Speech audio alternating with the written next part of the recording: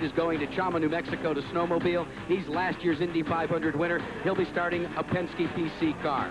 And flanking him on the inside of that fourth row is Bobby Rahal, winner last year of this inaugural event. He's on the inside of row number 4. His secret vice, can you believe this? Eating gummy bears candy.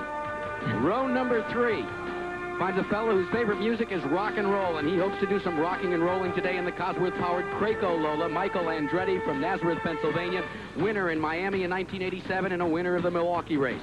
Emerson Fittipaldi carries the Marlboro colors today. His first job was as a go-kart mechanic in Brazil, but he hopes to do much better today and maybe fine-tune that machine to victory lane.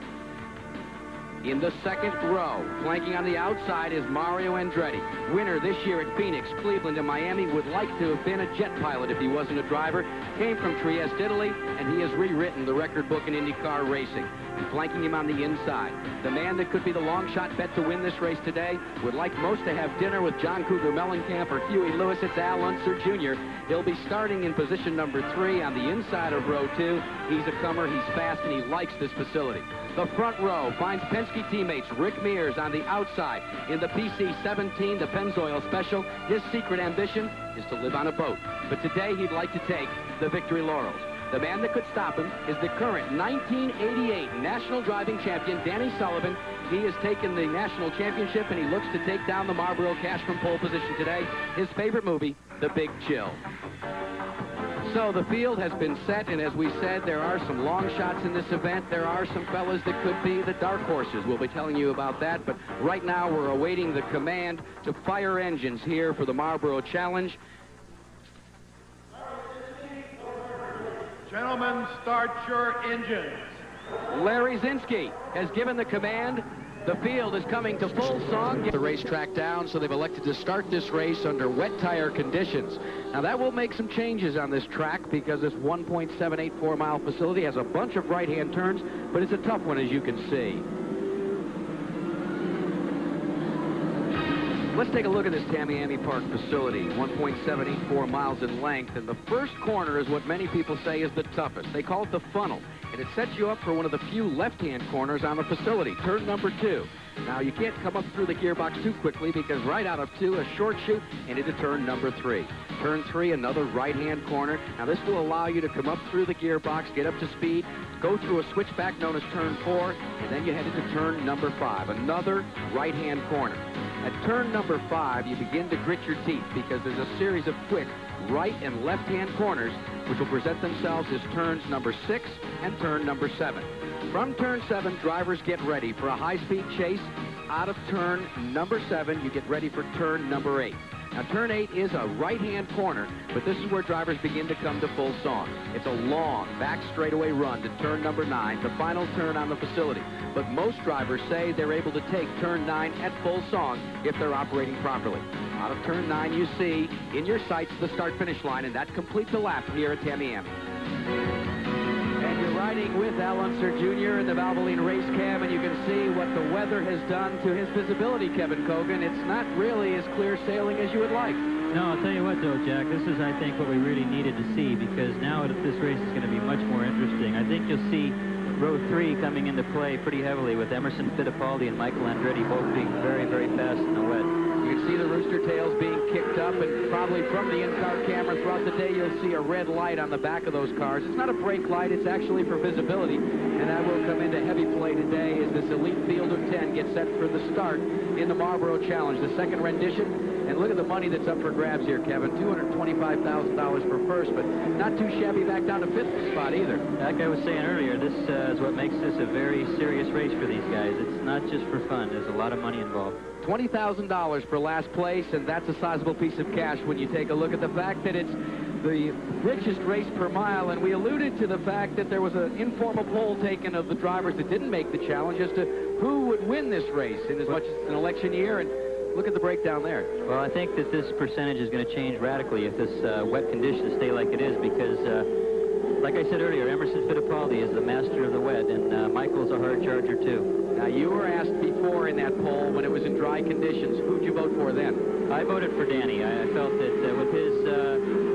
his big lead on the polls for the race, that he had a good shot at it. So now you're going to change it to Emerson Fittipaldi. I'll tell you what, when you sit up here in the announcer's booth, you do get an opportunity to change your vote with these last-minute changes in conditions. You know, the question I want to ask you, though, is when we take a look at a driver such as Bobby Rahal, mired in the back, the defending champion, does he have a shot at winning this event?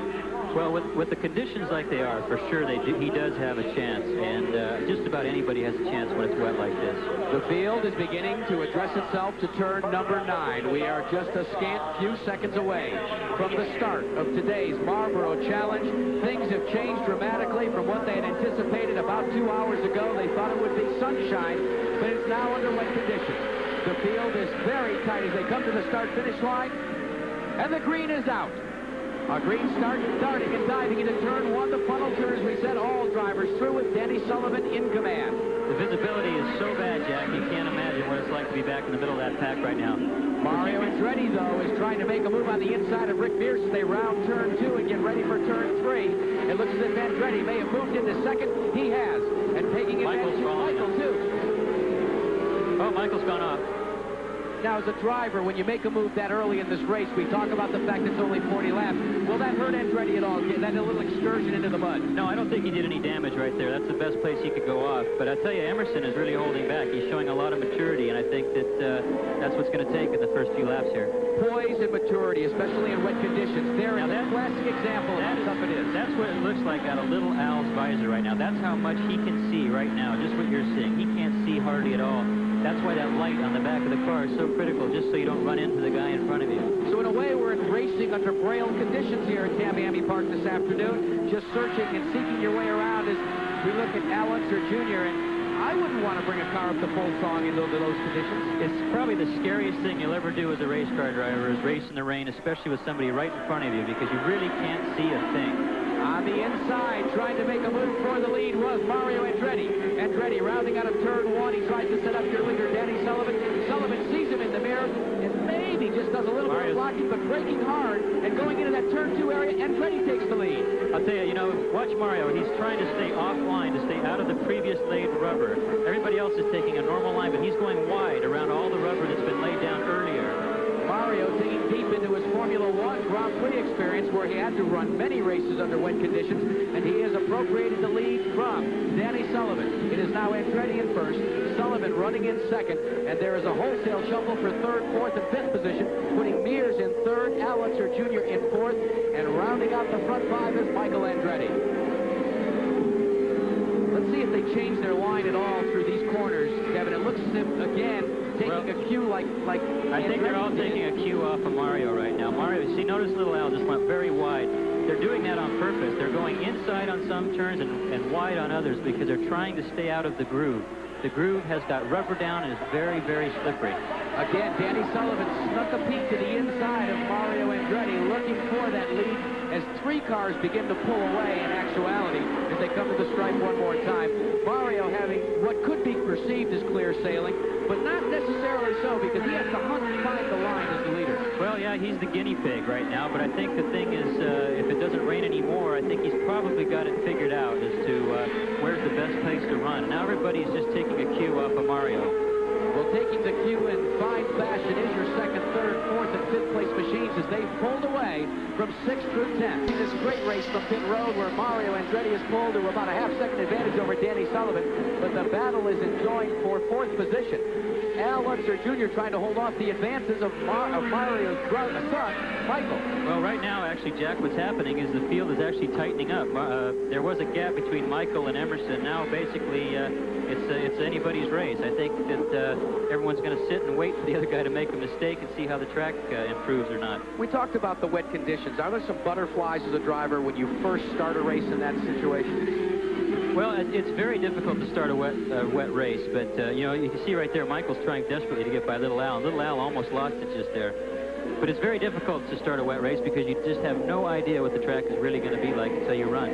Well, Mario Andretti did a fine job in taking the lead away from Danny Sullivan. Sullivan's teammate, Rick Mears, is directly behind Sullivan now in 3rd spot, and Al Unser Jr. holds on to the 4th position. Now, Unser is still looking for that outside line. He's still searching and going where many of the other cars are not going. It looks like maybe he's got a little secret there that he's trying to use to his advantage. Well, unlike normal conditions, this is kind of like motocross because there's several lines. You want to pick the line that works best for you.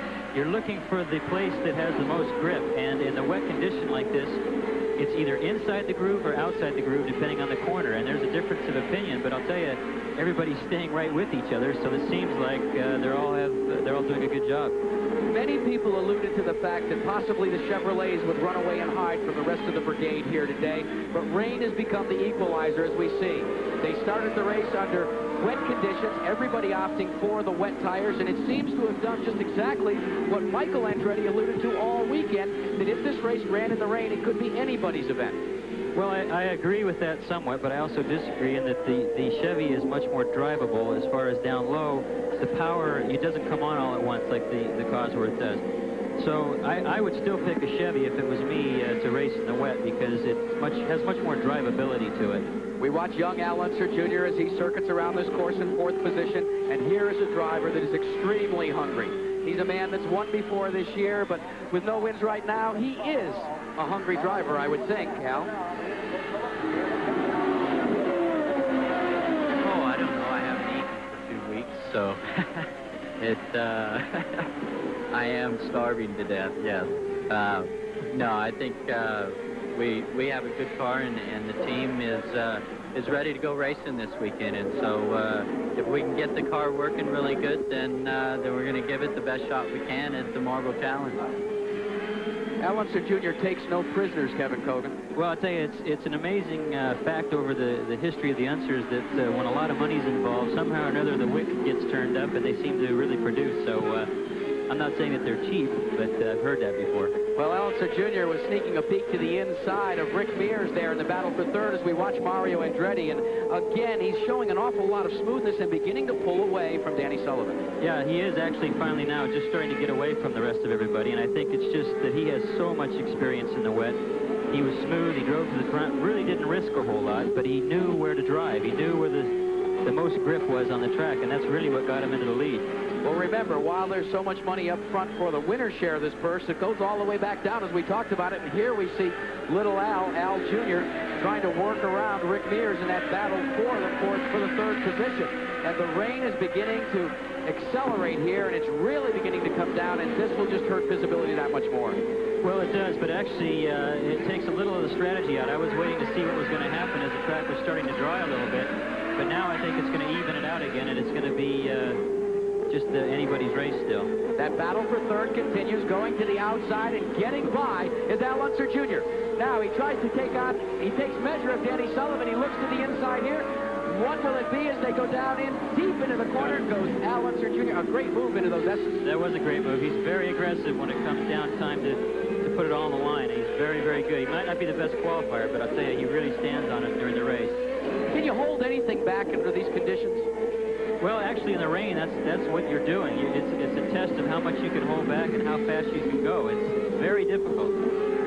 Well, Gary Lee has been down on pit side watching all of the activity, and let's check in with him. Gary? Well, we talked before the race, Danny Sullivan was the odds-on favorite, but the rain has become the great equalizer. Chuck Sprague, it certainly changes the strategy. What is he saying to you right now from the cockpit?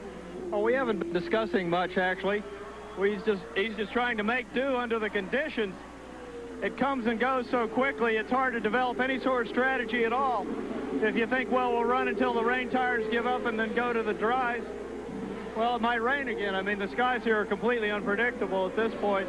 We're just going to have to play the thing by ear. At the moment, he hasn't complained about the car or registered any complaints about anything, actually. It's just survival of the fittest at this point. You don't want to do anything stupid in case the track dries out and you can get some speed back.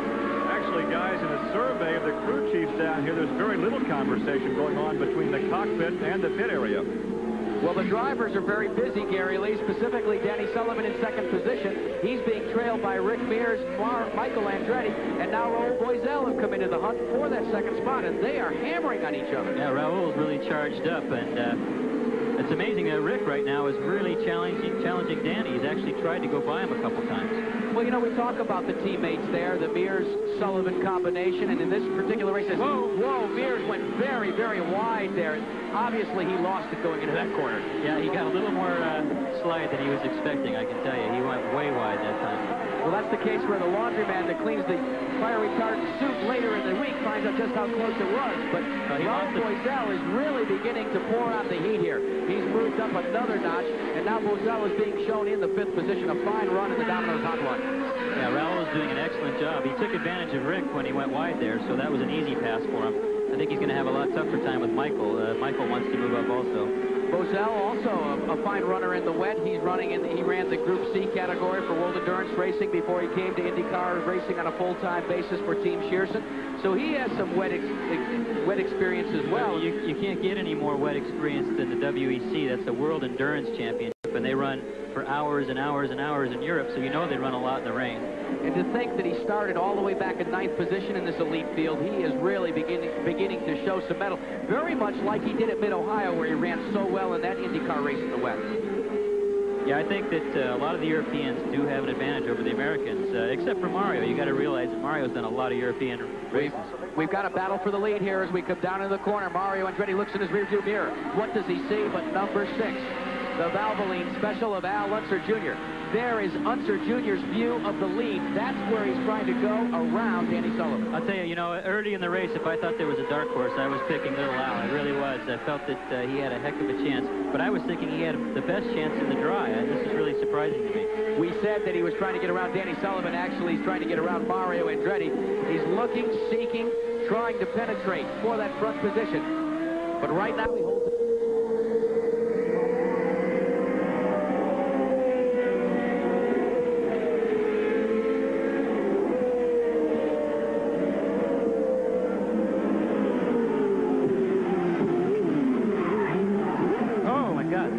Back at Tamiami, we've had an altercation in the corner. Your leader, Mario Andretti, has spun just as Al Unser Jr. was trying to get around him for the lead. That's just what Little Al was trying to do. He's putting pressure all the time on a veteran like Mario, and it paid off. But usually you don't see that happen. Little Al hammering and hammering and hammering, lap after lap, corner after corner. Mario Andretti spins the car out and gives the lead to Al Unser Jr. Shades of Emerson Fittipaldi and Al Unser Jr. at the Marlboro Meadowlands race, where they went after each other with Fittipaldi crashing into the retaining barrier. Well, I'll tell you, Little Al came out smelling like a rose on that one because he didn't expect Mario to spin. He just was putting pressure on him, waiting for him to make a slight mistake. I'm sure that nobody was more surprised than Little Al that Mario spun in front of him like that. This is why you call it the Marlboro Challenge. You have no room to rest, no respite at all. Let's take a look at it, Kevin, just exactly what occurred as they went down into the corner. Well, it looks like Mario just really got a little too far out there and got a little bit into the wet stuff. I don't know, maybe Little Al might have touched him. That was pretty close. From that camera angle, it's very difficult to tell. It's so difficult ever to tell, as I'm very sure can attest to, whether you actually did hit a fellow or not when you're running in tight quarters. Let's take a look at it in the high camera there. And it's very difficult to tell, but I wouldn't be surprised if Little Al might have just barely touched him there. And yet, as we watch those replays, the one thing I was impressed with was the fact that as he began to spin, Mario Andretti was looking to his right, seeing where Little Al was. So obviously they were in close quarters and knew that something was about to give. Well, either that, Jack, or he was looking to see who might hit him. Because when you're spinning like that, you start to think about the safety aspect. Well, this race has now changed dramatically. The lead has been taken over by Al Unser Jr. And Danny Sullivan, who started on the pole, is now resting comfortably in 2nd position. In 3rd is Michael Andretti, as we pick up a battle here for the 5th spot. That's held by Rick Mears. I'll tell you something, Jack. It'd be amazing because this would be the 2nd race this year that Little Al won because he hit the person in front of him and put him out of his way this year. So if he wins this race, it'll be interesting if he actually did touch Mario. Well, they'll have to wait and see if he can maintain his front-running position. But as we watch Emerson Fittipaldi, who we both had said would be so terrific in the rain here, it's clearly evident that either the car is not up to full song or that he really just doesn't have the muscle that he needs to get up there and duke it out with the likes of Unser Jr. Well, one thing you have to realize about racing in the rain, Emerson is very good when his car is set up for the wet. He knows how to set it up, and you have to realize that most of these guys are expected to race in the wet.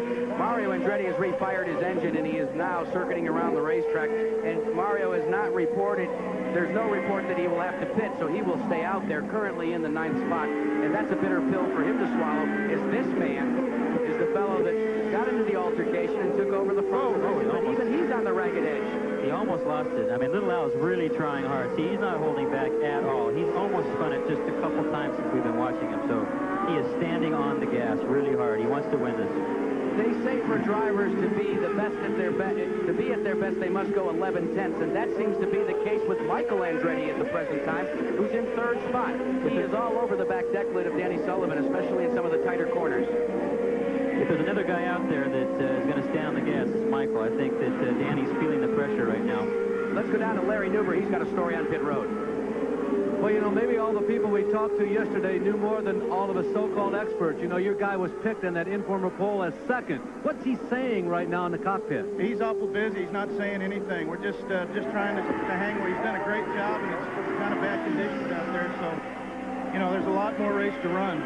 The wet track conditions have really changed the pit strategy, Rick. What is it right now? Well, we plan to go about halfway, and we plan to do just about what we've tried to do all season. So we're just going to run the best race we can. Well, before the rain, Jack, Rick told me they were going to change 4 tires as well as put in that extra fuel. They were planning on a routine pit stop in an Indianapolis car race. Well, Larry, it'll be far from routine, I'm sure, as we ride in the Valvoline in-car camera here with Al Unser Jr., your leader. Visibility, Kevin Kogan, much better than before, but the track is beginning to show a groove as well, and that very well could portend maybe a change in strategy and tactics as we get ready for the mandatory pit stop. Don't forget, it comes between laps 10 and 32. Side of Danny Sullivan and takes over this runner-up spot. So now, Michael Andretti almost takes up the challenge that his spinning father left there on the mantelpiece for him. Well, Michael's been knocking on the door with Danny for a long time, and he's been putting the pressure on, and Danny's been driving very cleanly to keep Michael behind. I think actually you need to drive a little dirtier to keep an Andretti behind you like that. Boy, I don't know about that, Kogan. You mean to say that you have to do some more defensive driving to hold off the Andretti? It's all part of the business. As long as you can, you know, finishing second's a lot better than third. Well, you can see the advantage, the separation between first and second in that great shot as Michael Andretti seems to have maybe turned the wick up just a bit as he's pulled away from Danny Sullivan in third. And Raul Boisella, great call to this youngster because he's done terrific in this race. Starting in ninth, he is now being posted in the 4th position. A great run for Team Shearson. He finished third, filling in for an injured Roberto Guerrero in last year's inaugural challenge. I'll tell you, you know, Michael has a shot at catching Little Al because they weren't that far ahead. And I think Danny might have been holding him up just a little bit. So now he has a clear track in front of him. And it looks like he's making up a little bit of distance. It looks as if Danny Sullivan may be indeed holding up just a tad. Raul Boisel as well. Now, we were talking about tactics. Pit stops coming up shortly. It will play an important role in today's race, and it's the source of our very important quick fact for today in the Marlboro Challenge. Quaker State Quick Facts are brought to you by Quaker State Motor Oil. The big Q stands for quality. Always has, always will. One pit stop is required during today's race, and what happens during that stop, particularly with the fuel situation, could well determine the outcome. Now, CART has eliminated any strategy that can be employed by the teams, requiring the cars to start on full tanks or 40 gallons of fuel. 5 gallons are left in this fuel tank here in the pit to be added during the pit stop. Plus, you are required to stop between laps 10 and 32. Now, what this means is that the teams have absolutely no idea on their fuel mileage consumption, leaving the only swing factor is that very tempting boost control knob in the driver's cockpit. And what all this means is that this very, very rich race boils down to nothing more than a crapshoot. Well, right now, the man that is rolling the dice may indeed be Danny Sullivan and Raul Boisel. They are still enjoined in a terrific battle for the 3rd position that's held by Sullivan. And Sullivan is definitely not holding anything back. Well, I think that Raul isn't holding anything back, that's for sure. He's really pressing hard, and I think that, if anything, Danny might be holding him up just a little bit. It seems like it's very difficult to pass in these types of conditions. You have to realize the man on line has got the dry groove, and the guy trying to pass is in the wet. Now, Sullivan and Al Unser Jr., our current leader, are 2 drivers that also have a chance at a bigger bonus as well as the $200,000-plus winner's share. Because of the Marlboro Million, for the winner of 2 of the 3 races that have the Marlboro name all year, the Meadowlands race, the Marlboro 500, and this Marlboro Challenge, those 2 drivers, as we look at Boisel getting around Danny Sullivan, have a chance at a $150,000 bonus. So Sullivan is seeing that go by the boards as Unser Jr. continues to lead. He very well could begin to count his money, but he better not as Bozell begins to pick up the pace. Al Unser Sr. has now been lapped by your 1, 2, 3 combination. He is definitely off the pace. Al Unser had the opportunity to help his son out a little bit, and he decided to let everybody go at it and race. But here is your leader out front. Visibility, as we said, somewhat in question as the track is beginning to dry. But Michael Andretti has made up almost 4 seconds in the last 2 laps, and he is right on the rear wing of Al Unser Jr., your leader. This is a battle for the front spot. This is what it's all about right here. Both of these guys are hard chargers. This is for a lot of money, and I know right now that Michael is going to be very, very aggressive. Now, Larry Newber talked about the crapshoot on pit road in terms of fuel. When you're in a battle like this, do you have a tendency to go to the boost a little more? Try it right here. This is one of the toughest places to try it. Almost impossible. Down through turn 9, and he just sails right along. But Michael Andretti tries down into turn 1. Can't hold off Al Unser Jr., and Jr. takes back the spot. And boy, he had to really hold his breath because they hit that rooster tail of wet. I'll tell you, you're going to see this happen and happen until he finally gets by. I think Michael is by far the most aggressive man out there right now. You've been a teammate to Michael Andretti, and you guys got very close during your days with Craco. He is one whale of an aggressive race car driver. Well, I'll tell you, when the money's... Oh, look at this. There he goes. He's got him this time. Yep. Pure aggression, but look, he's going to get him back. No. That is so difficult to do. You have no idea. To try to pass a guy who's on line in the dry, and you're trying to overtake in the wet. These 2 drivers, though, are they having fun? Well, Michael's having a ball right now, I can tell you. He's leading the race and pulling away from Little Al, so he's having a great time. He's looking at $225,000. But there are also 2 types of drivers that they say when you strap in the cockpit, they chew nails and spit rust. They both really like to hammer on any driver.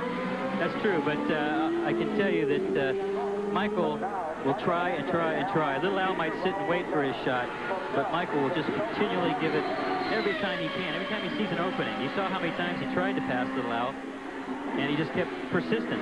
Throughout the week, Michael Andretti was quoted in the media around here as we look at Raul Boisel, who's now being posted in the 3rd position, as saying that if this race was run in the wet, that he would be a primary contender for the lead and for the victory. That seems to be the case right now, despite the fact that you can begin to see that the groove is drying up very nicely.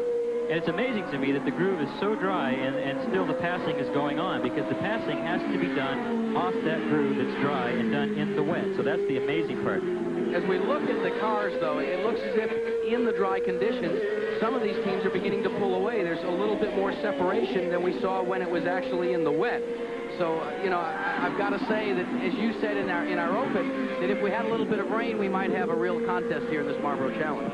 Well, you know, also Michael really improved quite a bit in qualifying on Saturday from Friday, so he might have a very good setup with these wet tires on the dry track. It just might be handling very nice and neutral for him, and he might just, like I said before, you're kind of picking and choosing your way around the racetrack, and he's doing it better than anybody right now. And the thing that both Andretti and Unser will have to contend with very shortly is a dwindling fuel supply. They'll have to make a decision in consultation with their crew chiefs as to when to bring their cars in. If you were the leader, Kevin Kogan, when would you bring them in? Well, I would try to leave it as late as possible, because it's possible that it might dry out enough to where you could go to dries. If it was me, I would try to hold off as long as I could run and see how the track develops. Well, to be able to even keep up with Little Al and Michael, who are currently on wets and he's on slicks. So that's where you have to make your decision from, is what's happening right there. And it doesn't look like the right decision right now. So Barry Green, who told Larry Newber that they're going to elect to go to slick tires, he may be watching this as well, as Sullivan mired back in 8th place. We told you he was the early leader. And several more. A spin, Sullivan into the corner, and could have been the wet. Yeah, I'm sure it is. You know, it's too hard to race on slick tires in any kind of water whatsoever, and there's puddles all over the place, and I'm sure that's what happened. In the meantime, Bobby Rahal has come on to pit road, and he will take the slicks as well. This could be a race of attrition if everybody goes with dries and has the problem that Sullivan just had. Here's your battle for the lead. Al Unser Jr. No, he's going into the pits. Michael Andretti is presenting himself on pit road, and he will give the lead back to Al Unser Jr. But let's watch the action on the Craco team, and let's go to Larry Newber for the call. Larry? Barry Green and crew are ready and poised to go. Michael Andretti, who has not won a race yet in 1988, could this be his day finally?